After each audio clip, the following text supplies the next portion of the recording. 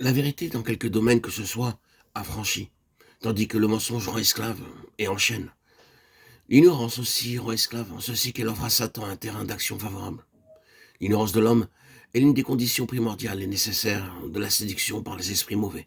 Et cette ignorance des enfants de Dieu concernant les puissances des ténèbres a facilité dans une grande mesure l'activité du diable comme séducteur.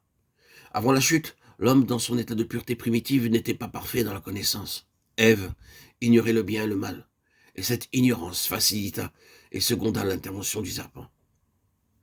Le diable cherche par tous les moyens et travaille sans relâche à garder le monde dans l'ignorance de son existence et de son action, et à l'aveugler sur l'existence de ses alliés, la cohorte des esprits mauvais et des anges déchus, et l'Église l'aide à atteindre son but.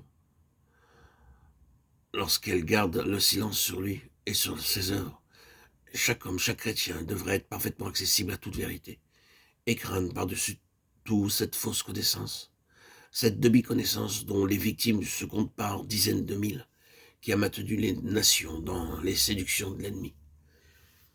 Il y a aujourd'hui un assaut bien caractérisé d'esprits séducteurs sur l'Église de Christ, et nous voyons l'accomplissement de ce qu'annonçait le Saint-Esprit par la bouche de l'apôtre Paul.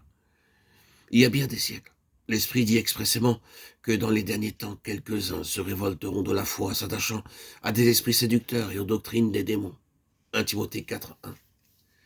Il y a 1800 ans que cette prophétie fut formulée, et l'action manifeste des mauvais esprits dans l'égarement des croyants de notre époque nous montre de façon à ne pouvoir s'y méprendre que nous sommes dans ces derniers temps.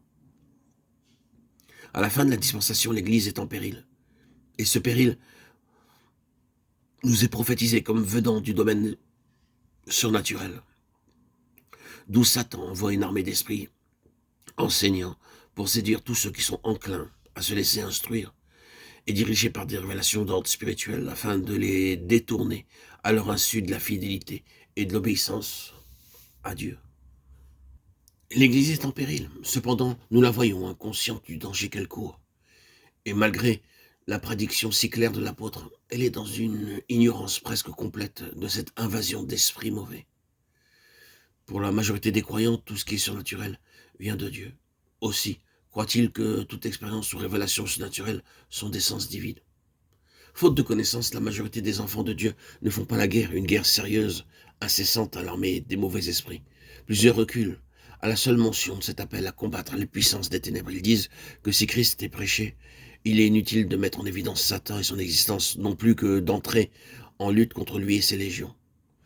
Et cependant, ils sont nombreux, les enfants de Dieu, qui tombent victimes des embûches de l'ennemi. Proie facile de celui qui n'est pas démasqué. Et parce que ceux-ci qui enseignent gardent le silence sur ce point capital, l'Église de Christ entre sans aucune préparation dans les derniers temps prédits par saint Paul. Elle est environnée des légions d'esprits séducteurs dévastés par les doctrines de démons et elle reste désarmée et impuissante devant les attaques de l'adversaire.